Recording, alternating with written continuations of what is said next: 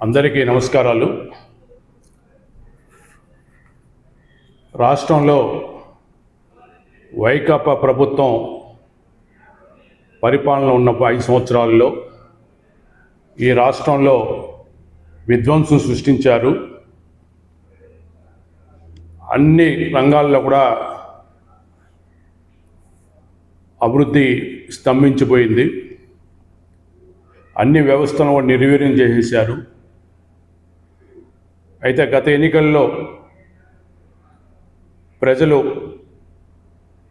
విధ్వంస పార్టీకి బుద్ధి చెప్పి కూటమి పార్టీలకు అధికారం అప్పగించిన తర్వాత ఈ రాష్ట్రంలో గౌరవ నారా చంద్రబాబు నాయుడు గారి నేతృత్వంలో కూటమి ప్రభుత్వం ఏర్పడిన నాటి నుంచి కూడా ఈ రాష్ట్రంలో పునర్నిర్మాణ పనులను ప్రారంభించి అన్ని వ్యవస్థలను కూడా చక్కదిద్దుతూ అభివృద్ధి కార్యక్రమాలను పునఃప్రారంభించి కొనసాగిస్తూ అదేవిధంగా సంక్షేమ కార్యక్రమాలను కూడా అమలు చేస్తూ అభివృద్ధి సంక్షేమ కార్యక్రమాలను సమతుల్యం చేసుకుని సుపరిపాలన అందిస్తూ ప్రభుత్వం ముందుకు పోతున్నది. అదేవిధంగా సంక్షేమ కార్యక్రమాలను కూడా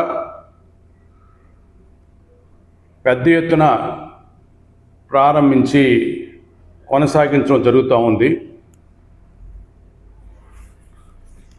గతంలో వైకాపా ప్రభుత్వం రద్దు చేసినటువంటి సంక్షేమ కార్యక్రమాలను కూడా తిరిగి ప్రవేశపెట్టడం జరిగింది. ఆ విధంగా పేదలకు వివిధ సంక్షేమ పథకాలను అందిస్తూ పేదల సేవలో కూటమి ప్రభుత్వం దూసుకుపోతున్నది. నిన్న ఉగాది అయిన తర్వాత నిన్న గౌరవ ముఖ్యమంత్రి వర్యులు రాష్ట్రంలో కూటమి ప్రభుత్వ అధికారులకు వచ్చిన తర్వాత రెండో విడతగా ఒకే రోజు 2,50,893 పక్కా గృహాలను టిట్కో ఇండ్లతో సహా పూర్తి చేసి నిన్న లబ్ధిదారులకు పంపిణీ చేసి సామూహిక గృహప్రవేశాలు కూడా చేయించడం జరిగింది. మనం అందరూ కూడా చూసాం. మొదటి విడత 2025 నవంబర్ 12వ తారీఖున గౌరవ నారా చంద్రబాబు నాయుడు గారి ఆధ్వర్యంలో 3,192 పక్కా గృహాలను కూడా లబ్ధిదారులకు అందించడం జరిగింది. ఆ విధంగా తీసుకున్నప్పుడు 2 విడతలుగా గత 20 నెలల్లో 5,50,314 పక్కా గృహాలను పేద లబ్ధిదారులకు పంపిణీ చేసి ఒక సరికొత్త రికార్డును సృష్టించడం జరిగింది.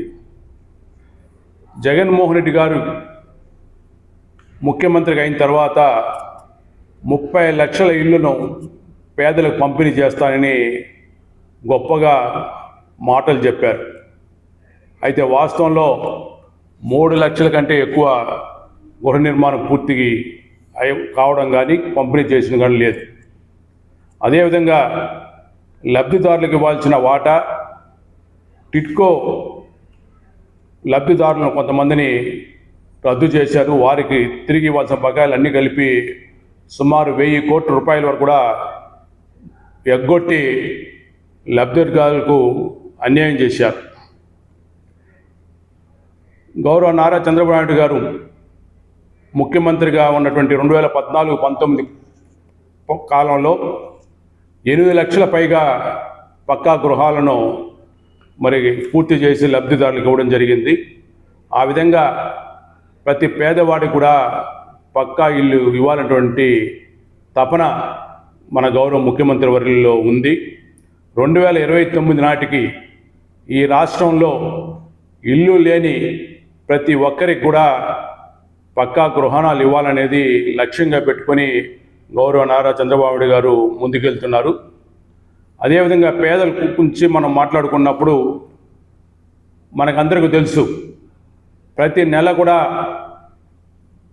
4,000 రూపాయల వంతున మరి 64 లక్షల మందికి ఈరోజు పెన్షన్లు 1వ తారీఖున ఇవ్వడం జరుగుతుంది. వికలాంగులకైతే దివ్యాంగులకు మరి 6,000 నుంచి 15,000 రూపాయలు కూడా ఇస్తున్నాం. తల్లికి వందనం కింద ఎంతమంది చదువుకుంటుంటే అంతమంది బిడ్డలు కూడా ఏడాదికి 15,000 రూపాయలు ఇవ్వడం జరుగుతూ ఉంది. కొన్ని కుటుంబాల్లో 8 మంది 9 మంది కూడా ఇవ్వడం జరిగింది. స్త్రీ శక్తి పథకం కింద మహిళలకు అదేవిధంగా దివ్యాంగులకు కూడా ఉచిత బస్సు సౌకర్యం కల్పించాం. దీపం పథకం 2 కింద మరి పేదలకు 3 సిలిండర్లు ఏడాదికి ఉచితంగా ఇవ్వడం జరుగుతూ ఉంది. అన్నా క్యాంటీన్ ద్వారా 5 రూపాయలకే కూడా భోజనం ఏర్పాట్లు కూడా చేయడం జరిగింది. అదేవిధంగా అన్నదాత సుఖీభావి కింద ఏడాదికి రైతులకు 20,000 రూపాయలు ఇస్తున్నాం.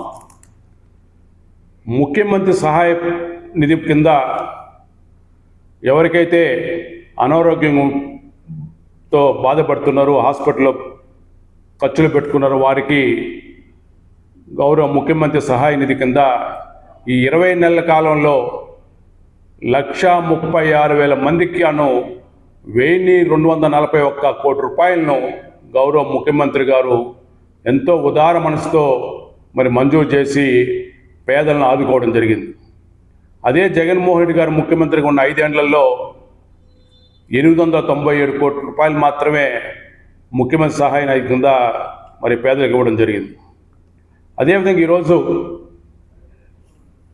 గత 20 నెలల్లో 20.5 లక్షల కోట్ల రూపాయలు పెట్టుబడి రాష్ట్రానికి తీసుకువచ్చారు. తద్వారా 6,25,000 మంది పైగా ఉద్యోగ ఉపాధి అవకాశాలు కూడా కల్పించడం జరిగింది. అందులో 30,000కు పైగా ప్రభుత్వ ఉద్యోగాలు ఉన్నాయి. ఇందులో కూడా ఎక్కువ మంది పేద బిడ్డలే లబ్ధి పొందారు.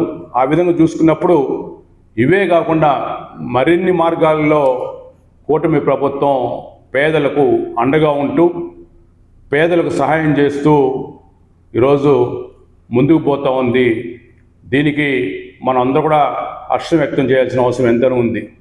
ఒక పక్క అభివృద్ధి కార్యక్రమాలు, ఇంకో పక్క సంక్షేమ కార్యక్రమాలు, ఇవన్నీ కూడా సమతుల్యం చేసుకుంటూ పెట్టుబడులను ఆకర్షిస్తూ ప్రభుత్వం ముందుకెళ్తుంటే వైకాపా పార్టీ మాత్రం ఆ పార్టీ నాయకులు ప్రతిరోజు ఏదో ఒక దుష్ప్రచారం చేస్తూనే ఉన్నారు. చేయడం కాకుండా అభివృద్ధి కార్యక్రమాలను అడ్డుకోవడమే మా ధ్యేయం అంటూ వారు పనిచేయడాన్ని ప్రజలంతా కూడా తీవ్రంగా నిరసించాల్సిన అవసరం ఎంతైనా ఉంది. మొన్న అసెంబ్లీలో అమరావతికి రాజధానిగా కోర్టు తీర్మానం చేస్తే మరి వైకాపా నాయకులు మాత్రం దానికి మద్దతు ఇవ్వకపోగా అసెంబ్లీకి రాకుండా ఎగ్గొట్టి ఒక చారిత్రాత్మకమైన తప్పిదం చేశారు. అయిన తర్వాత కూడా మరి నిన్న మొన్న ధర్మాన ప్రసాదరావు గారిని బొత్స సత్యనారాయణ గారి మాటలు చూస్తుంటే వారు ఏదో విధంగా అమరావతిని అడ్డుకోవడమే ధ్యేయంగా పనిచేస్తున్నారనేది మనం అర్థం చేసుకోవచ్చు. ఏదేమైనా కూడా ఎవరెన్ని కుట్రలు చేసినా అమరావతి రాజధానిగా చట్టబద్ధత వస్తుంది. 2-3 రోజుల లోపల ఆ కార్యక్రమం కూడా కార్యరూపం దాల్చే అవకాశం ఉందని కూడా ఈ సందర్భంగా తెలియజేసుకుంటూ ఇన్ని మంచి పనులు చేసేటువంటి కూటమి ప్రభుత్వాన్ని ప్రజలు ఆదరించాలి, ఆశీర్వదించాలని చెప్పి ఈ సందర్భంగా సవినయంగా కోరుకుంటున్నాను.